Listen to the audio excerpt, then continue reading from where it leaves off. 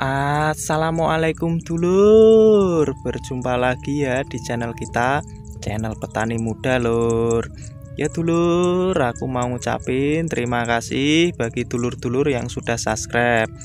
Bagi dulur-dulur yang belum subscribe, aku minta tolong lur ya, minta tolong di subscribe. Salam petani muda, salam petani milenial. Ini persemaian sekarang sudah berumur 11 hari lur. Di umur 11 hari ini nanti kita akan melakukan pencegahan lur, pencegahan hama. Karena di usia 11 hari ini sudah mulai menunjukkan tanda-tanda terserang hama. Hama di sini biasanya itu hama-hama penggerak batang.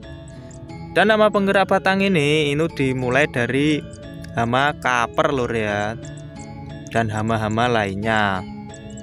Jadi ini nanti kita mau melakukan pencegahan lur ya. Pencegahan itu amat sangat bagus lur.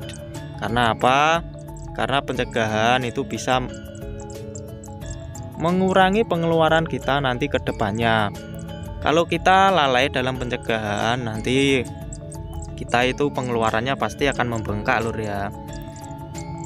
Seperti kemarin kita di MT pertama itu pengeluaran kita amat sangat minim lur ya. Kita cuma mengeluarin uang 80.000 ya untuk membeli spontan itu toh.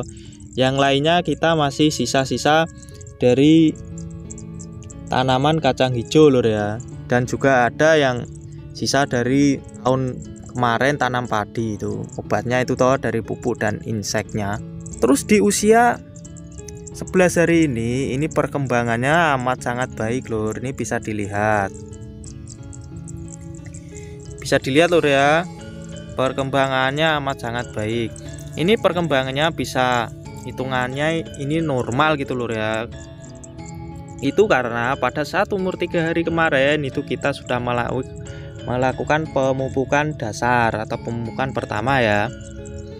Ini pemupukan itu bertujuan ya kayak gini lur ya, supaya nanti pada saat dia bertumbuh itu lur, nutrisi yang dibutuhin itu terserap, atau cara kasarannya kita kerja dan disediain makanan gitu lur ya. Jadi tumbuhnya itu kan pasti normal. Di usia 11 hari ini juga ini pupuk yang kita berikan kemarin itu sudah mulai habis lur. Kenapa? Ini bisa ditandai lur nih. Ini bisa dilihat sebagian tanaman kita itu sudah ada yang mulai kuning-kuning gitu ya daunnya itu toh.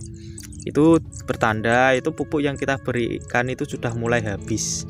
Jadi nanti kita akan melakukan pemupukan susulan. Pemupukan susulan juga nanti kita menggunakan pupuknya itu beda sama pupuk yang pertama lur ya. Karena apa? Kalau di pupuk yang pertama kemarin itu kan kita menunjang pertumbuhannya atau yang bersifat slow release gitu lur ya. Tapi nanti kalau pemupukan kedua itu kita bertujuan untuk mempercepat pertumbuhan gitu lur. Jadi pupuknya pasti beda. Nah, di sini aku tadi mengamati lur ya, mengatin itu sudah ada tanda-tanda terserang hama kaper lur. Terus sama kaper itu kan nanti yang penyebab beluk ya atau sundep itu. Nih, ini ditandai kayak gini lur. Walaupun ini aku tadi keliling itu nggak ada menemukan kaper, tapi aku menemukan ini lur. Ini adalah telur kaper itu lur. Ini tuh. Bedanya telur kaper sama telur laba-laba itu, kalau telur kaper itu tidak ada selaputnya lur atau keras gitu. Tapi kalau telur laba-laba itu dia kayak dikepompongin gitu lur, ada selaputnya dan warnanya putih. Kalau kaper ini sedikit berbulu-bulu ini lur. Nganunya itu tuh telurnya ini tuh pinggir-pinggirannya. Jadi beda lur ya. Bisa dibedakannya kayak gitu. Terus untuk pencegahan kita itu nanti menggunakan apa? Ini kita seperti biasa lur ya, pencegahan kita atau pengendalian kita itu menggunakan bahan-bahan yang sekiranya murah dulu lur. Dulur-dulur bisa memilih dari antara Regen, AC1, Danke, spontan, Apidor, dan masih banyak lagi lur ya bahan yang murah. Tapi bikinnya itu tinggal pilih lur, mau merek lain juga nggak masalah, yang penting tuh bahannya itu dari insek itu lur. Terus kita biasanya menggunakannya dari itu, kita pilih yang kita masih punya gitu lur ya. Kayak kemarin kita masih punya sisa dari spontan, jadi nanti kita aplikasikannya itu menggunakan spontan. Spontan di sini dosisnya itu berapa? Dosis di sini kita nanti cuma akan menggunakan 30 ml lur untuk tangki 16 liter ya. Untuk luas lahan ini pinean atau persemaian setengah bau lur, atau 3.500 meter persegi ya. Dari awal kita sudah menggunakan insek atau obat yang murah-murah lur ya. Karena apa? Karena kita itu dari awal sudah melakukan pencegahan. Keuntungan kita melakukan pencegahan itu akan terlihat nanti ke depannya, seperti tanam kita di MT pertama kemarin. Kita di MT pertama kemarin kan cuma mengeluarkan amat sangat dikit lur ya. Kita cuma mengeluarkan uang 80.000 cuma untuk membeli insek spontan. Yang lainnya itu juga masih sisa-sisa dari tahun kemarin, juga ada yang dari tanaman kacang hijau. Dan kita penggunain aplikasi dalam pengaplikasiannya insek itu toh, dan pupuk dan obat-obatan yang lain itu kita amat sangat irit sekali lur ya. Karena apa? Karena di sini kita mengejarnya itu kebutuhan tanamannya itu aja lur ya, nggak mengejar bagusnya tanaman gitu. Kalau mengejar bagusnya tanaman otomatis nanti kita yang dikeluarin itu akan amat sangat besar gitu lur. Dan di sini dibarengi dengan pertumbuhan padi kita, pasti juga akan tumbuh gulma-gulma kayak gini lur ya. Itu pasti gitu lur. Pertumbuhan gulma-gulma ini hitungannya terkendali lur ya. Karena apa? Karena tanamannya kita itu atau benih kita ini sudah besar. Jadi walaupun ini ada gulma-gulma kayak gini, itu nggak masalah gitu lur.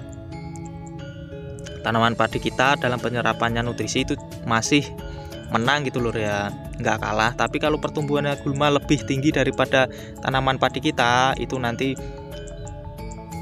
penyerapan nutrisinya itu akan kalah lur.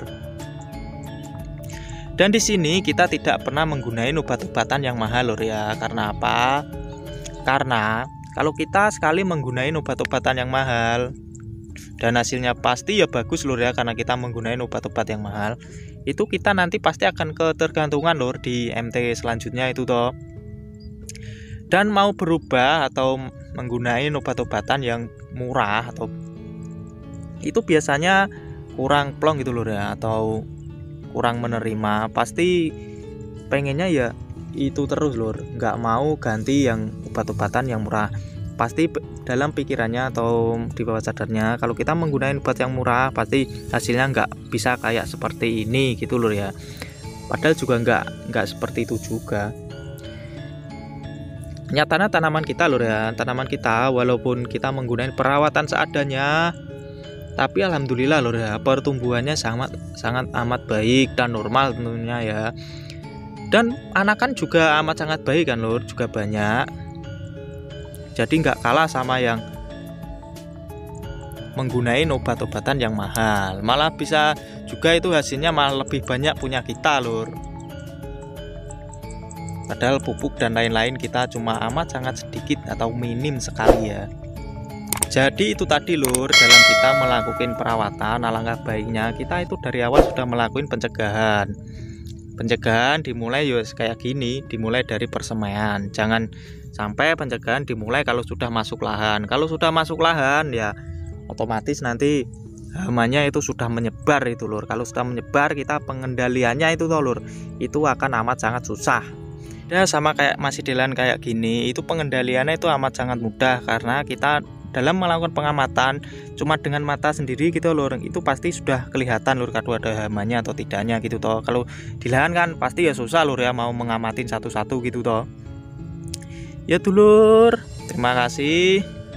bagi dulur-dulur yang sudah nonton dari awal sampai akhir. Dan tidak lupa bagi dulur-dulur yang ingin bertanya atau melakukan pertanyaan tentang pencegahan dari hama tanaman padi ini dari awal persemaian kayak gini, itu bisa ditanyain di kolom komentar dulur. Ya dulur, salam petani muda, salam petani milenial. Assalamualaikum dulur.